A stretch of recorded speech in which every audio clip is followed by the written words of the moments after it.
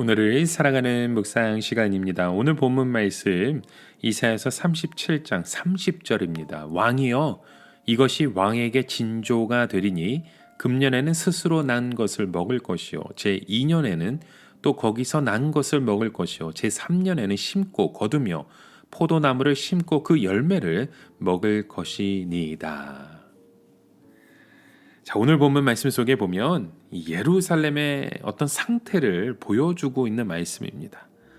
지금 그들은 거의 모두 다 굶어 죽기 직전입니다. 만약 하나님께서 전쟁이 이대로 끝나게 하신다 해도 먹을 것이 없고 농사 지을 것이 없어서 죽을 지경에 있는 것이죠. 그때 하나님께서는 예루살렘 사람들이 생각지도 못한 먹을 것을 준비해 주십니다. 참으로 놀라운 말씀을 주신 거죠. 오늘 본문 30절에 밭에 씨를 뿌리지 않으면 아무것도 나지 않는 것이 정상이잖아요. 그런데 사람들이 모르는 가운데 하나님께서 뿌려놓은 씨가 흙 속에 들어있다는 것입니다. 그래서 전쟁이 끝난 후에 저절로 난 곡식만 거두어도 예루살렘의 남은 자들이 다 먹고 살 수 있다는 것. 하지만 먹기는 해도 농사를 지을 씨가 없는데 어떻게 해야 되는 겁니까? 그 다음에도 저절로 난 곡식이 농사를 지은 것 이상으로 많아서 먹기도 하고 그 다음에 농사를 지을 때까지 충분하게 된다는 말씀. 그리하여 3년째부터는 정상적으로 농사도 짓고 포도나무도 심어서 생활하라고 하는 말씀이 이것이 하나님께서 이사야를 통해서 하신 말씀의 징조들이었다는 것이죠. 여러분, 하나님의 백성들은 그들이 가진 것이 전부가 아니라는 것을 알아야 합니다. 우리는 하나님의 무궁무진한 보화 중에 아주 작은 것을 임시로 가지고 있을 뿐입니다.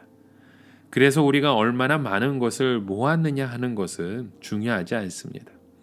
어떻게 하면 하나님의 능력을 더 많이 끌고 오느냐가 중요한 것이죠. 이 믿음은 하나님의 능력을 끌고 오는 관입니다. 여러분, 이 저수지, 수원지에 가보면 저장되어 있는 물은 참 많은데요. 어떤 수도관들은 손가락만한 것도 있습니다. 그러면 그 정도의 물밖에 공급되지 못하는 것이죠. 또 어떤 간에는요, 수도관의 직경이요, 5, 6feet 정도 되는 것들도 있습니다. 그러면 그 정도의 물이 한꺼번에 공급되는 것이잖아요. 만일 그 수도관이 노화되거나 막혀 있거나 터져버리면 물은 원활하게 공급되지 않습니다. 지금 우리의 믿음이 너무 부족한 것을 우리는 하나님 앞에 고백해야 됩니다.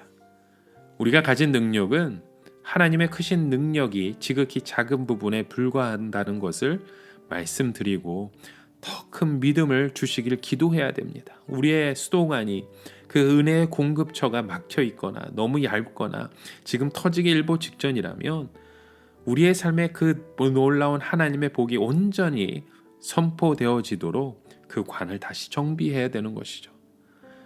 이때 하나님께서 주시는 약속이 무엇입니까? 이사야서 37장 31절과 42절에 보면 하나님께서 뿌리를 받고 위로 열매를 맺히리니 이는 남는 자가 예루살렘에서 나오며 피하는 자가 시온에서 나온다라는 말씀을 주십니다. 물론 지금 예루살렘에 살아남은 자들이 있었습니다. 그러나 여기에서는 시대를 뛰어넘어서 바로 앞으로 오는 미래에 대한 말씀을 지금 주고 계시는 거예요. 아무리 하나님의 교회가 절망적으로 보이는 때가 있어도 절대로 교회는 완전히 죽지 않는다는 것입니다. 왜냐하면 교회 안에 생명의 씨가 있기 때문입니다. 그것이 무엇입니까? 하나님의 말씀인 성경입니다. 말씀이 땅 속에 숨어 있다가 햇빛이 비추고 비를 맞으면 저절로 싹이 나서 자라나게 되어 있습니다. 비가 억수같이 내리는 것이 성령의 역사인 것이죠. 지금 이 땅에 곳곳 처소에 보면 하나님의 말씀이 뿌려 내려지고 있습니다. 한번 성령의 비가 쏟아지면 곳곳에서 부흥의 역사들이 일어날 것입니다. 그 먼 북한 땅도 마찬가지입니다.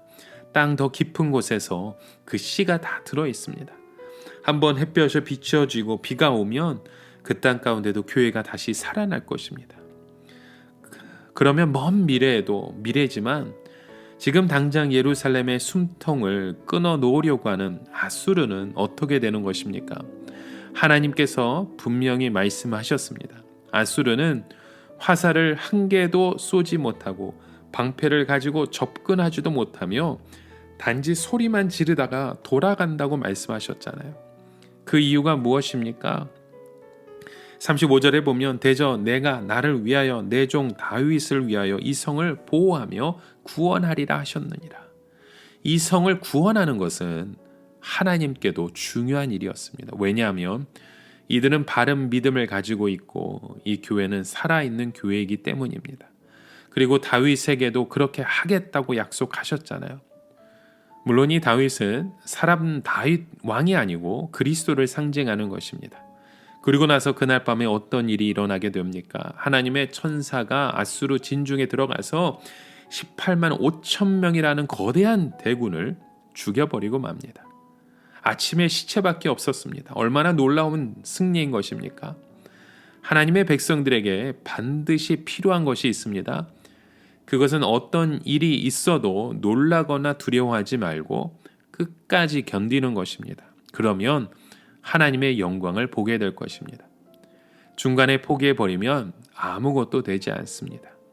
아무리 눈에 보이는 상황이 절망적이더라도 낙심하거나 자포자기하지 말고 끝까지 하나님을 의지하면서 견뎌내셔야 됩니다. 그러면 우리 앞에서 하나님이 칼을 빼들고 계신 것을 보게 될 것입니다. 이것은 아무 사람의 눈에나 보이는 것이 아닙니다. 끝까지 견디고 하나님을 소망하는 자만이 그들의 편에 서서 싸우시는 하나님을 볼 수 있는 것입니다. 여러분, 오늘 우리의 영적인 싸움을 싸우느라 모든 것을 잃었다 하더라도 염려하지 마십시오. 하나님이 감춰 놓으신 값진 양식이 있습니다. 그리고 하나님의 진정한 교회는 세상 끝날까지 없어지지 않고 끝까지 꽃 피우고 열매 맺을 것을 기억하고 믿음의 싸움에 끝까지 인내하시는 저와 여러분 되시길 주의 이름으로 간절히 축원합니다. 함께 기도합니다. 하나님, 우리의 그 영적인 싸움이 우리만의 싸움이 아니라 이미 하나님이 이기신 믿음의 싸움인 줄 믿습니다. 세상 끝날까지 우리가 함께 그 믿음의 고백을 세워갈 수 있는 귀한 믿음의 자녀들로, 믿음의 공동체로 인도하여 주시옵소서. 예수 그리스도의 이름으로 기도드립니다. 아멘.